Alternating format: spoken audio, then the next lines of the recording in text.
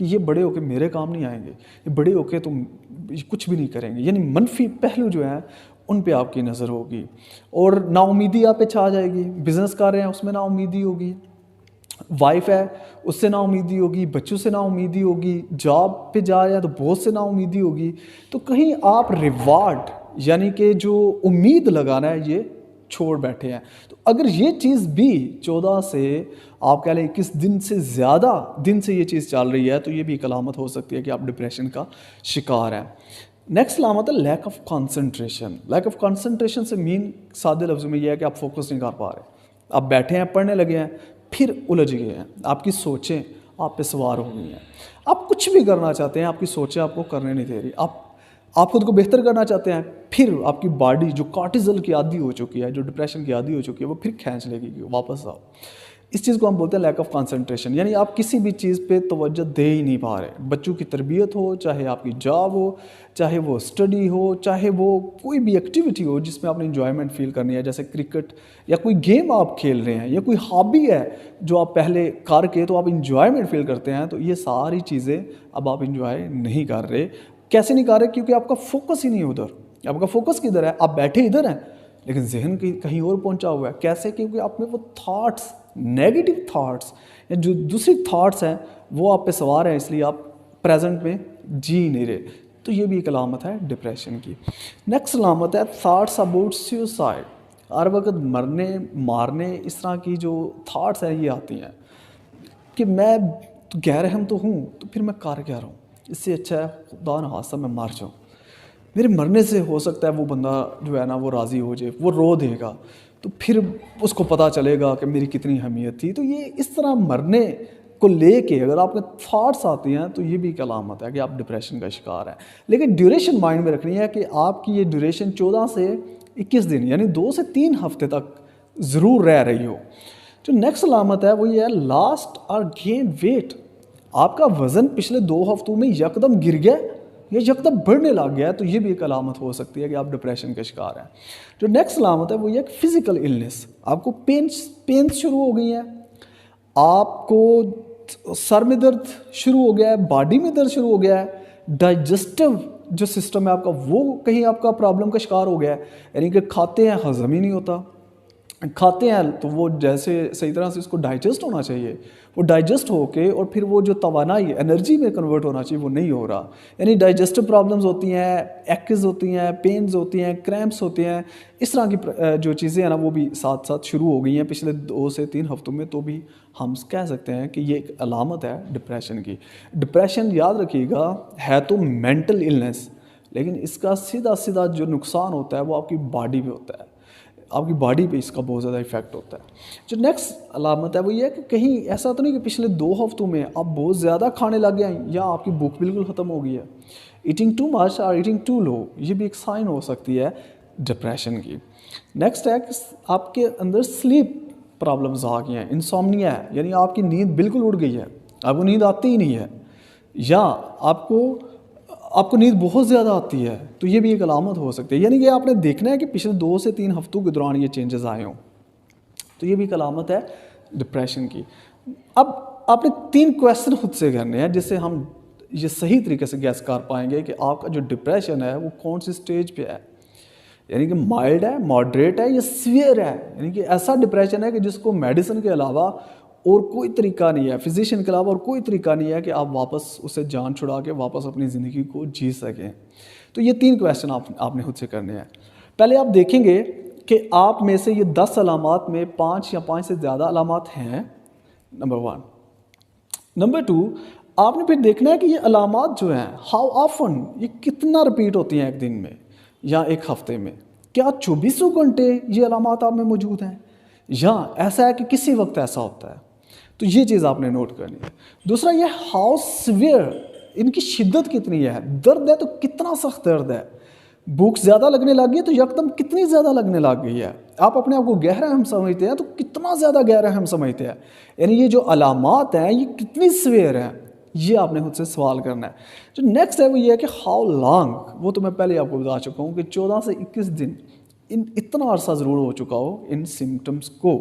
تو ابھی ہم صرف سمٹمز کو ڈسکس کر چکے ہیں، یعنی آپ نے یہ کوشش کرنی ہے کہ آپ یہ ساری سمٹمز اپنے اندر دیکھیں۔ ابھی جو سمپلسٹ وے میں ایک جو اس کا سلوشن ہے، اگر آپ ڈپریشن کا شکار ہیں، جو بالکل سادہ سا سلوشن ہے لیکن جس کو آپ نے کنٹینیو کسی طریقے کر لینا ہے، کچھ عرصہ اگر آپ کو 14 سے 18 دن یہ سمٹمز اپنائے ہوئے ہو گئے ہیں تو اب 14 سے 18 دن آپ نے یہ جو چیزیں میں بتانے جا رہا ہوں ان کو کنٹینیو ضرور کرنا ہے۔ اس میں سب سے پہلی جو چیز ہے وہ یہ ہے کہ ایکسرسائز بڑھا دیں۔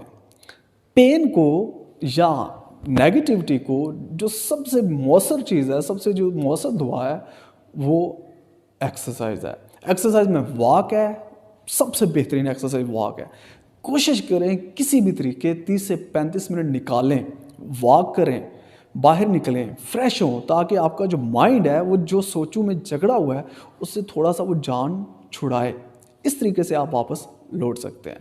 جو دوسری چیز آپ کر سکتے ہیں وہ یہ ہے کہ ایسے لوگوں کے پاس بیٹھے جو فریش رہتے ہیں، جو مثبت سوچتے ہیں، بڑا سوچتے ہیں، اللہ کے قریب لے کے جاتے ہیں، یعنی کہ آپ کو جو فائدہ دے سکتے ہیں، جو اپنی زندگی میں خوش ہیں اور بہتر ہیں اور بہتری کی طرف گامزن ہیں اور پر امید ہیں، تو ایسے احباب کی کمپنی اختیار کرنا بہت ضروری ہے۔ جو تیسری چھوٹی سی ٹپ ہے جو آپ کسی طریقے فالو کریں وہ یہ ہے کہ اچھا سنیں، اچھا دیکھیں، اچھا پڑھیں۔ فی الحال کے لیے یہ 3 ٹپس ہیں کہ آپ نے ان کو فالو کرنا ہے۔ اس کے بعد انشاءاللہ ہم ایک اور ویڈیو بنائیں گے کہ جس کے اندر ڈیپر لیول پہ ہم ڈپریشن سے فائٹ کرنے کے راز جاننے کی کوشش کریں گے۔